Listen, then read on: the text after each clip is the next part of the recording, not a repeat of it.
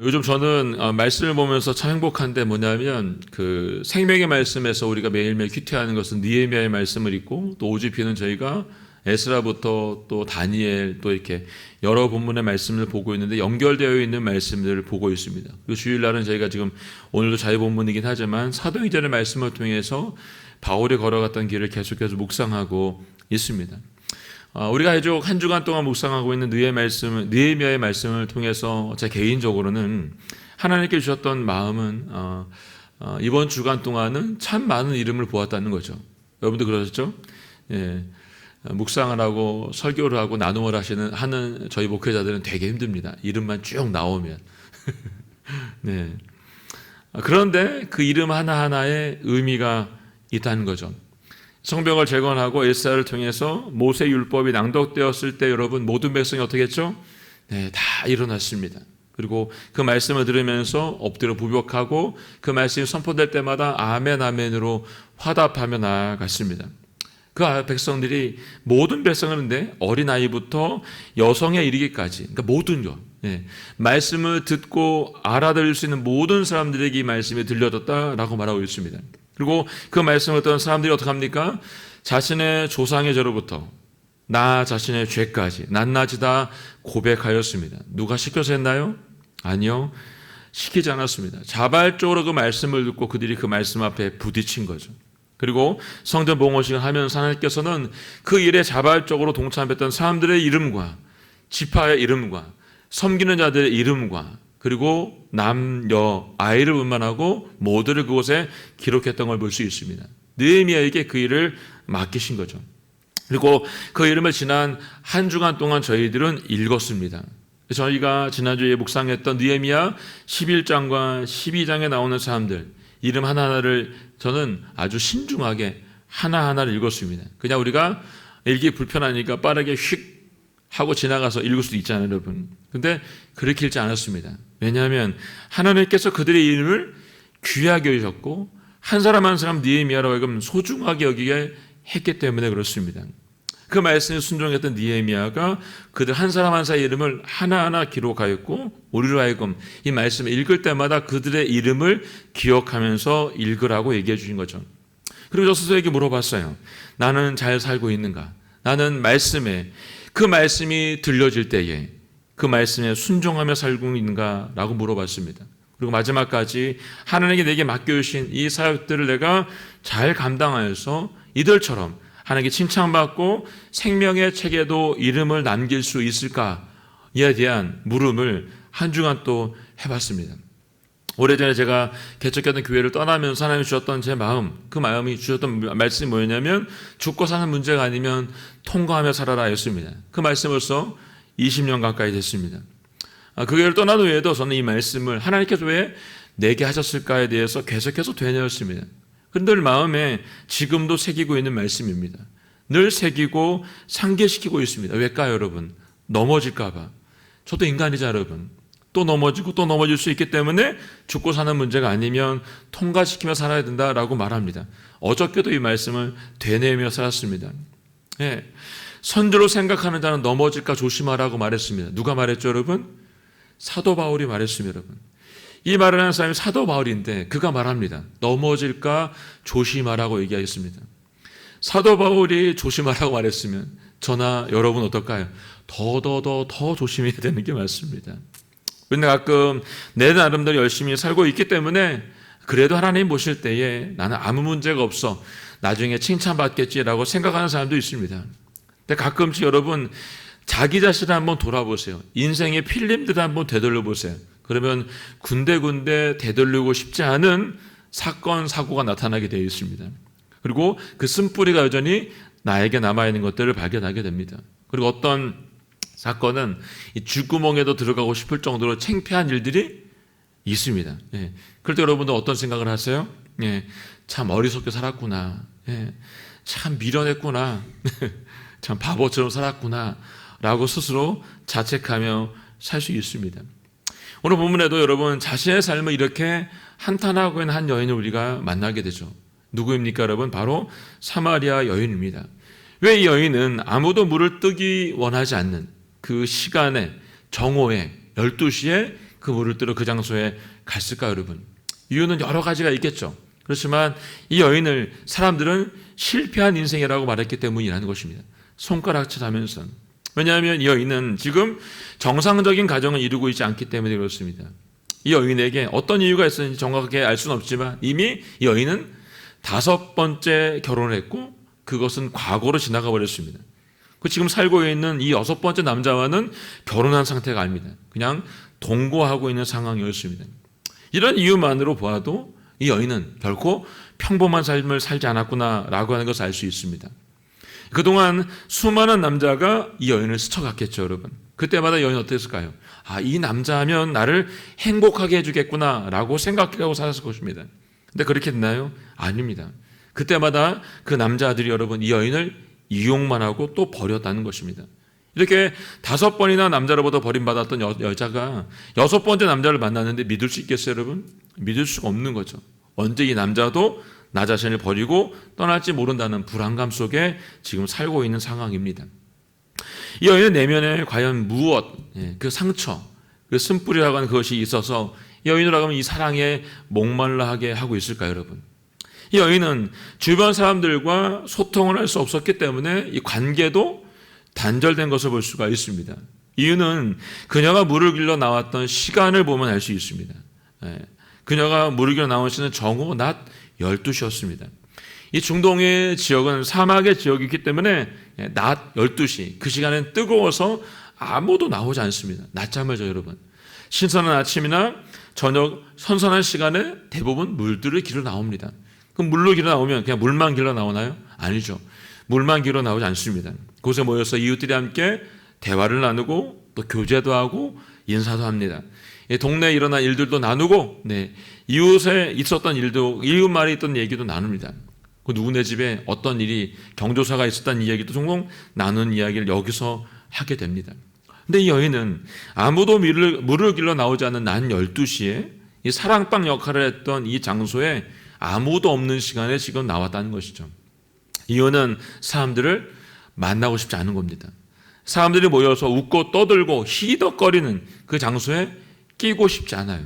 그녀는 사람들이 자신을 이야기하는 것을 듣기가 싫은 거죠. 분명히 좋은 얘기 안 할 거니까. 왜냐하면 당시 상황은 누구네 집에 숟가락이 몇 개 있는지, 누구네 집에 뭐가 일어나고 있는지, 누구네 집에 어떤 사건이 있는지를 다 알고 있는 상황이었기 때문에 그렇습니다.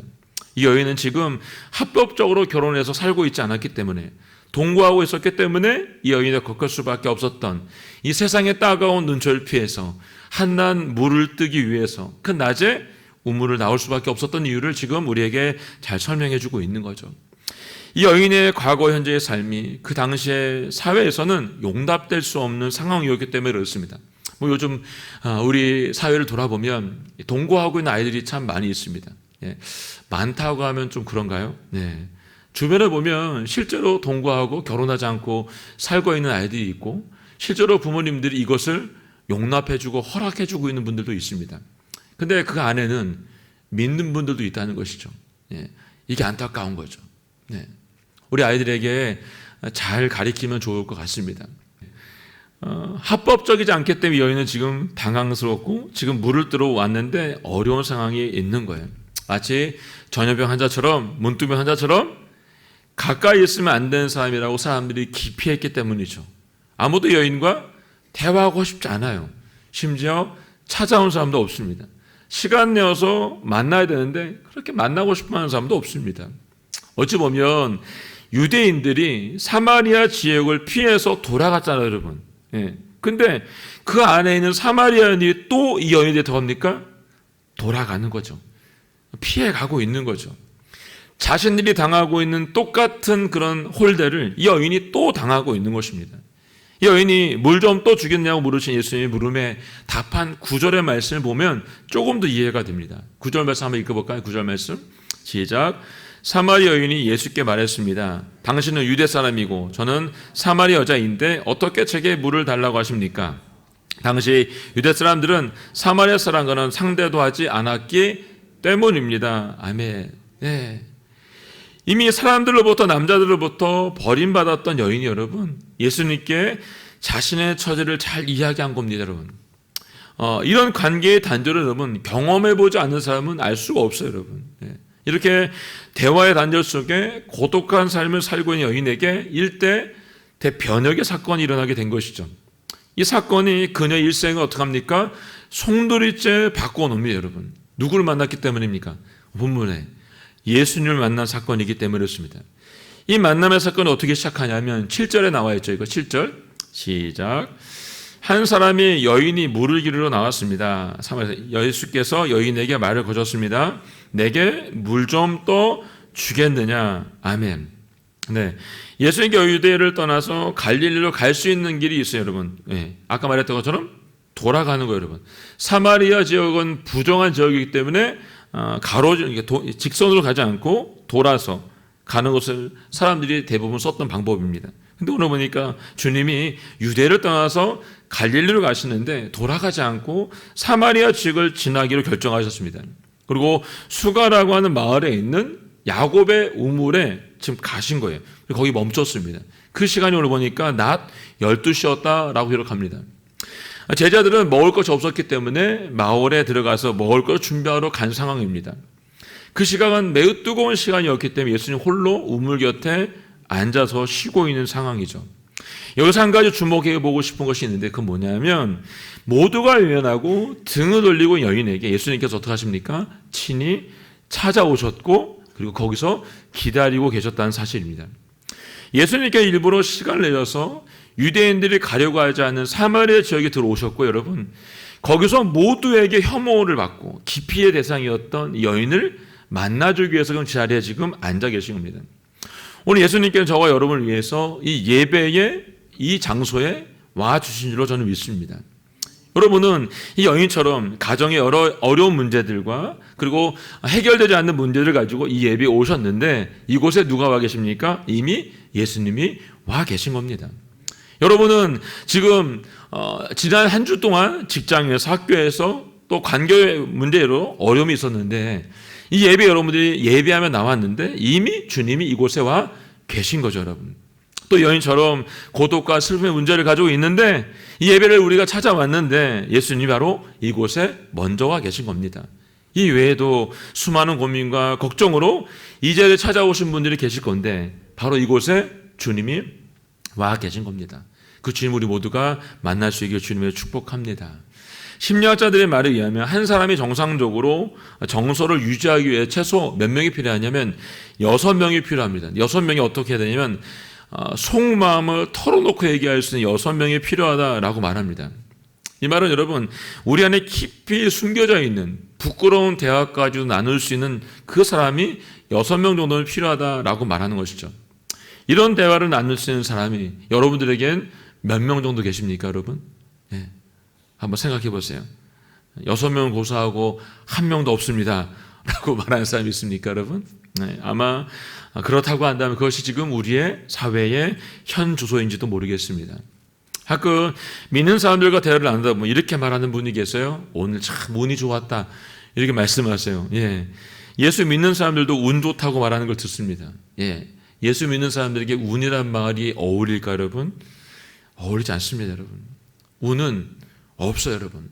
우리의 삶에는 오직 주님의 섭리와 계획만이 존재하고 있다는 것을 잊지 마시기 바랍니다.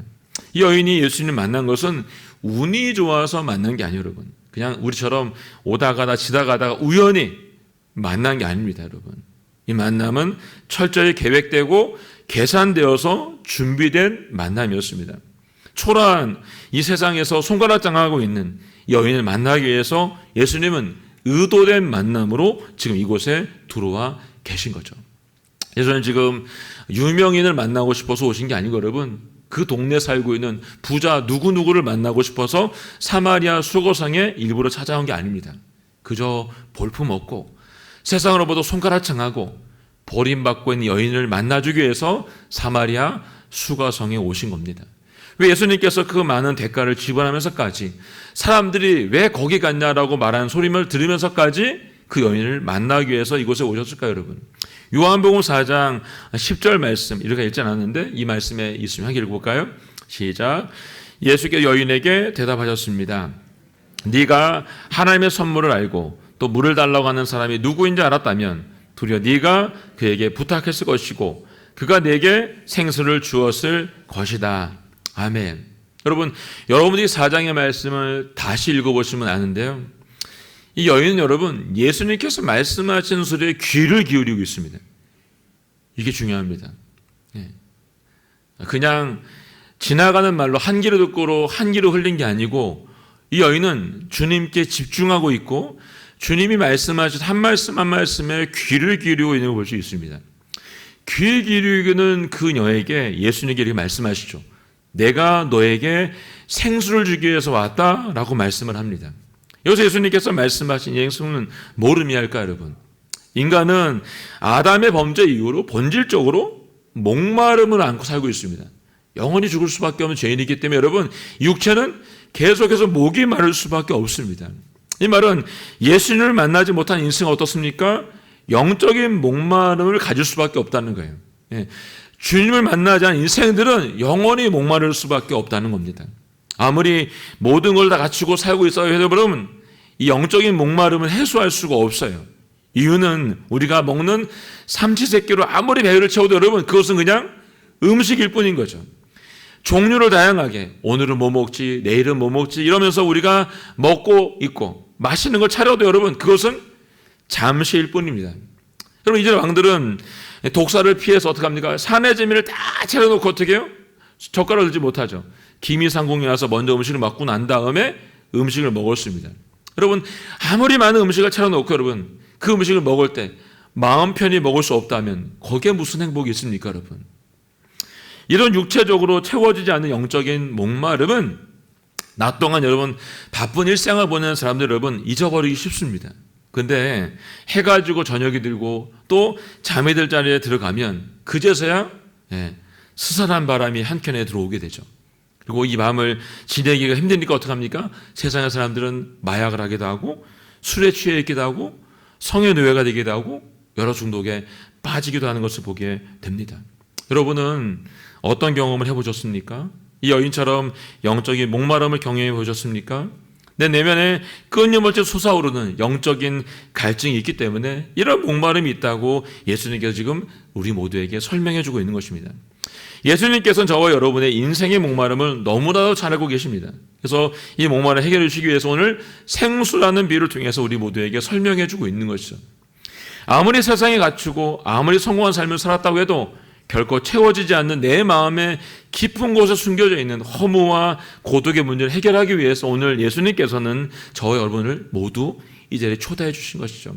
성도 여러분, 우리 안에 목마름의 갈증을 해결하기 위해서는 주님이 주시는 새 생명을 공급받아야 된다는 것입니다. 그냥 교회를 다니는 신앙으로 존재하는 것이 아니고 어릴 때부터 교회를 다닌 것을 위안 삼는 것이 아니고 내가 무엇을 많이 했기 때문이 아니고 여러분 내가 이제 직분을 받았기 때문이 아니라 내가 지금 살아계신 하나님을 인격적으로 만나서 성령의 생수를 공급받는 은혜를 누려야 된다라고 오늘 우리에게 말씀해 주고 있는 겁니다. 그걸 주기 위해서 내가 너에게 왔다라고 예수님이 지금 사마리아 여인에게 말씀한 겁니다. 자, 13절 44절 말씀 오늘 본문을 함께 읽어볼까요? 시작. 예수께 대답하셨습니다. 이 물을 마시는 사람마다 다시 목마를 것이다. 그러나 내가 주는 물을 마시는 사람은 영원히 목마르지 않을 것이다. 내가 주는 물은 그 사람 안에서 계속 솟아올라 영생에 이르게 하는 샘물이 될 것이다. 아멘. 네. 이제 예수님께서 여인에게 주겠다고 말씀하신 생수는 이렇게 말씀하고 있습니다. 네가 지금 야곱의 우물, 네가 말하던 그 야곱의 우물, 야곱의 우물에서 기른 그 물은 다시 내 육체를 어떻게 해요? 목마르게 할 거라는 겁니다. 그러나 내가 내게 주는 이 물을 먹게 되면 영원히 목마르지 않게 될 것이다 라고 좀 말씀한 겁니다. 즉 이 물은 밖에서부터 채워지는 물이 아니고 여러분 내 속에 있는 내면의 세계에서부터 일어나는 변화로부터 오게 되는 생수를 얘기하고 있습니다.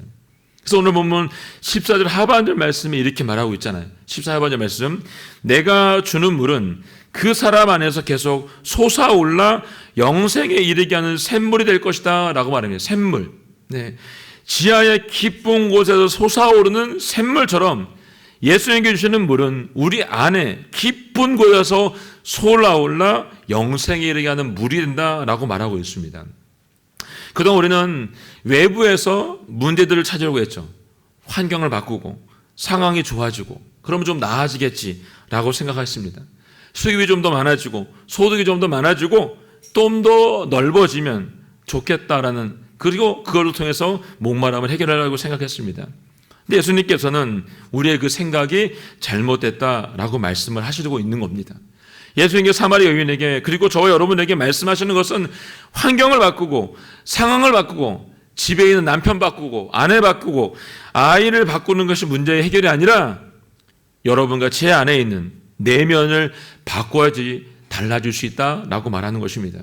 이 말은 우리의 속사람이 변화되어서 지하 깊은 곳에서도 올라오는 생수의 공급을 받을 때에만 이 환경과 상황이 변화되지 않고 남편도 변화되지 않고 아내도 똑같고 아이도 똑같다 할지라도 우리의 내면이 바뀔 수만 있다고 한다면 우리의 목마름은 그제서야 그칠 수 있게 된다라고 예수님께서 지금 말씀해주고 있는 겁니다. 주님은 오늘도 저와 여러분을 위해서 이곳에 와 계시다고 했습니다. 여러분, 조건을 따지고 환경을 따지고 주님께 우리에게 요구하는 것이 있다라고 한다면 주님이 이곳에 계시지 않겠죠, 여러분. 이스라엘 백성들이 430년, 70년 동안 종살이를 하면서 주님을 거역하고 주님을 떠나 있을 때에도 주님은 어디에 계셨습니까? 그 안에 계셨다는 것입니다. 광야를 가는 그곳에서도 그 안에 계셨고 느헤미야와 함께 성벽을 짓는 그곳에도 주님이 함께 하고 계셨다는 것입니다. 여러분, 조건을 따졌다면 주님은 결코 그곳에 계실 수가 없습니다. 근데 따지지 않으신 거죠. 오직 주님께서 조건 따지지 않으시고 저와 여러분 안으로 들어와 주셨고 지금도 여러분과 저에게 손을 내밀고 계시다는 것입니다. 이 손을 여러분과 제가 붙잡을 수 있기를 원합니다. 예수님께서 요한복음 19장 28절 말씀에 이렇게 말씀하셨어요. 이후에 예수께서 모든 것이 이루어진 것을 아시고 성경을 이루려고 말씀하셨습니다. 내가 목마르다. 주님이 죽기 위해서 이 땅에 오셨죠. 그리고 십자가의 마지막 길을 다 가시고 모든 것들이 다 이루어진 걸 아시고 성경이 이루는 말씀을 말씀하셨습니다. 내가 목마르다. 지금 사마리 여인이 목마름을 위해서, 저와 여러분의 목마름을 위해서 성경의 말씀이 다 이루기 위해서 예수님은 그 십자가 상에서 마지막에 숨을 후 내쉬면서 말씀하셨어요. 내가 목마르다라고 말씀하십니다. 지금 당장 그 십자가에서 내려올 수 있었지만 주님은 그 목마름을 해결하기 위해서 그곳에 못 박히셨습니다. 그리고 묵묵히 그 십자가 향해서 나아가셨습니다. 저와 여러분을 그 십자가 앞으로 초대하기 위해서 묵묵히 그 길을 갈아가신 거죠. 그리고 말씀하십니다. 내가 진 십자가 너희도 지고 따라오라고 말씀해 주었습니다. 이제 예수를 만난 여인의 반응은 요한복음 4장 28절로 29절에 잘 나와 있습니다. 저는 이 여인과 같이 예수님 만나 이 여인이 보였던 반응이 저와 여러분의 반응이 될 수 있기를 축원합니다. 자, 28절 29절 말씀 한번 읽어볼까요? 시작. 여인은 그 물 항아리를 내버려 둔 채 마을로 돌아가 사람들에게 말했습니다. 와서 내 과거를 모두 말해준 사람을 보십시오. 이분이 그리스도가 아니겠습니까? 아멘. 네. 여인이 첫 번째 한 게 뭐 여러분? 자기가 가져왔던 물 덩아리를 여러분과 내버려 둔 채 마을로 들어갔다는 거예요, 여러분. 이 항아리가 뭐 여러분? 육체의 목마름을 채워주기 위해서 그가 매일매일 들고 왔던 항아리입니다. 그 항아리 어떻게 해요? 두고 갔어요. 주님 말씀하신 것처럼 내가 준 이 물을 먹으면 영원히 목마르지 않겠다라고 말씀하셨는데 이 여인이 이 물을 받은 거죠. 이 여인이 예수를 만나고 은혜의 샘물로 깊이 내 안에 있는 것들이 흘러넘치게 되죠. 여러분 어떻습니까? 사람들을 만나는 것이 들어왔던 여인이 그 뜨거운 햇살을 뚫고 사람들을 만나겠다고 마을로 뛰어 들어간 거죠. 그리고 외치기 시작합니다. 와서 내 과거를 모두 말해준 사람을 보십시오. 이분이 그리스도가 아닙니까? 라고 소리쳤습니다. 여러분 복음의 본질은 여러분 우리의 삶의 변화에 있습니다. 예수님께서 말씀하신 성령의 생수를 받으면 이 여인처럼 가만히 있을 수가 없습니다. 여러분 기독교의 핵심은 말씀을 듣고 내 삶의 변화가 일어나는 것입니다. 오래 교회 다니고 직분을 가졌다고 여러분 믿는다라고 말하지 말라는 것입니다. 이제 우리 모두가 다 변화되기를 소망합니다. 그렇다면 어떻게 변해야 될까요, 여러분? 무력감 속에 아무것도 할 수 없는 그런 상황 속에서 여러분 사명을 가진 자로 변화되어야 된다는 것입니다. 생존을 위해 사는 것이 아니라 여러분, 죽기 위해 사는 것이 아니라 주님을 위해서 온전히 내 삶을 드리는 변화를 일으켜야 됩니다. 오늘 아침에도 눈을 뜨고 오늘 하루의 시작을 생각하면서 내 생명이 연장됐구나 라고 이렇게 말하는 삶이 아니라 그리스도의 꿈을 가지고 그 꿈으로 내 삶을 변화시키며 살아가야 된다라고 말하는 것입니다. 고린도전서 9장 27절 말씀에 바울이 이렇게 말했습니다. 함께 읽어볼까요? 시작. 내가 내 몸을 쳐 복종시키는 이유는 내가 다른 사람에게는 복음을 전하고 도리어 나 자신은 버림받지 않도록 하기 위함입니다. 바울이 어떻게 합니까? 계속 자기 자신을 돌아보고 있습니다. 내 몸을 쳐서 복종시키지 않으면 어떻게 해요, 여러분? 내가 사람들에게 복음을 전하는 일은 하지만 결국 나는 버림받을 수 있다라고 얘기하고 있습니다. 우리가 매일매일 우리의 삶을 돌아봐야 됩니다. 내 깊은 곳에서부터 샘물로부터 여러분 생수가 흘러넘치도록 매일매일 주의 말씀 가운데 있어야 된다는 것입니다. 제가 말씀을 시작하면서 여러분들에게 느헤미야에 있는 그들, 바울도 그렇고 에스라에 있는 사람도 마찬가지고 이름 하나하나 썼던 그 사람들 모두가 여러분 하나님의 말씀에 집중했다라고 말했습니다. 그리고 여기 있는 이 사마리아 여인도 주님의 말씀에 집중했다라고 말했습니다. 여러분들이 돌아가셔서 3장과 4장을 비교해서 보세요, 여러분. 요한복음. 그러면 3장과 4장이 확실히 비교가 됩니다. 3장은 여러분 유대 교회 지도자였던 니고데모가 예수님을 찾아오고 예수님과 만나는 장면이 나옵니다. 이 만남은 여러분 니고데모가 예수님을 어떻게 합니까? 찾아온 만남입니다. 예수님이 찾아간 만남이 아니고 예수님이 그곳에 계신데 니고데모가 예수님을 만나기 위해서 찾아왔던 만남입니다. 근데 이 만남이 안타까운 건 뭐예요, 여러분? 이사야 선생이었던 그 니고데모가 주님이 말씀하시는데 그 말씀을 깨닫지 못한다는 장면으로 끝나버립니다. 그게 끝이에요. 니고데모는 선생이고 유대의 지도자임에도 불구하고 주님이 말씀하시는데 그 말씀을 들으면서 어떻습니까? 깨닫지 못했다는 거예요. 여러분, 이 땅에 살고 있는 많은 그리스도인들 그 말씀이 선포될 때 다 깨달을까요, 여러분? 아니요. 깨닫지 못한다는 거죠. 그래서 우리가 매일매일 기도해야 되는 거예요. 주님 앞에 이 말씀을 깨닫게 해달라고. 그 깨달았다면 어떻게 합니까? 순종하게 해달라고 기도하는 것이 맞다는 것이죠. 반면에 4장에 나온 이 만남은 어떻습니까, 여러분? 아무도 찾아오지 않는 그 여인에게 주님이 찾아가 주실 겁니다. 다르죠. 니고데모는 찾아왔고 사마리아 여인은 주님이 그를 찾아가셨다는 것입니다. 아무도 상대하지 않고 아무도 찾아가지 않는 이 사마리아 여인과 예수님과 만나면 어떻습니까, 여러분? 주님과 만난 그 여인이 예수의 말씀을 듣고 행동으로 옮기자 그 만남을 통해서 그 여인의 모든 삶이 송두리째 바뀌게 되었다는 것입니다. 오늘 이 복된 만남이 샘물을 퍼올리는 만남으로 우리 안에서 흘러넘칠 수 있기를 원합니다. 그리고 여인처럼 여러분과 제가 이런 삶을 살 수 있기를 주님의 이름으로 선포합니다. 아멘. 함께 찬양하고 기도하겠습니다.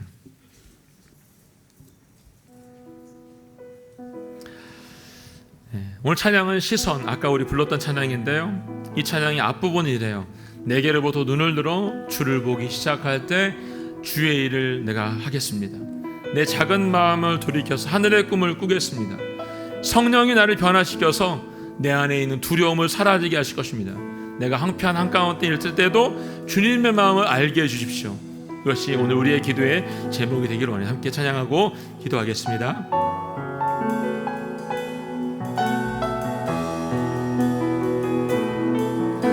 내게로부터 눈을 들어 주를 보기 시작할 때 주의 일을 보겠네. 내 작은 마음 돌이키사 하늘에 꿈꾸게 하네.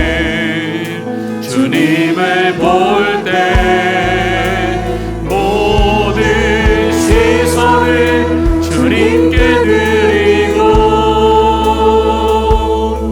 살아계신 하나님을 느낄 때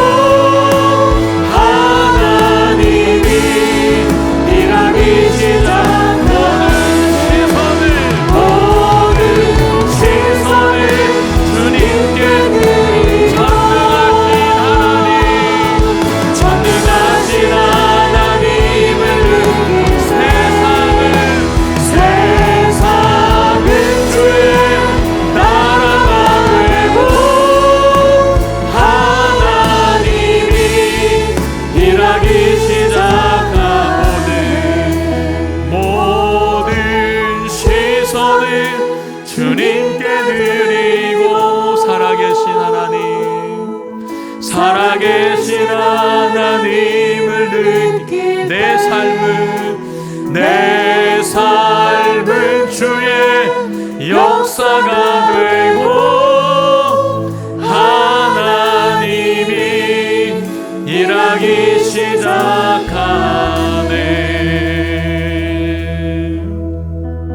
하나님 아버지, 우리의 시선을 주님께 고정할 수 있도록 도와주시기를 원합니다. 아버지, 우리 작은 마음을 돌이켜서 하나님의 꿈을 꾸는 자들이 되게 하여 주시기를 원합니다. 매일매일 읽혀지고 들려진 이 말씀대로 순종한 은혜가 우리 모두 가운데 있도록 도와주시기를 원합니다. 주님 말씀하신 십자가의 길, 그 길이 좁은 길이랄지라도 그 말씀 앞에 나아간 역사가 우리 모두 가운데 있게 하여 주시옵소서. 오늘 사마리아 여인이 주님께서 말씀하실 때 그 말씀을 깨닫았던 것처럼 오늘 우리 삶 가운데 말씀하신 음성을 듣는 역사가 일어나게 하여 주시옵소서. 그래서 하나님, 주님의 길로만 걸어갈 수 있도록 저의 삶을 주장하시고 인도하여 주시옵소서. 이제 주여 한번 고백하며 기도하며 나아가겠습니다. 주여,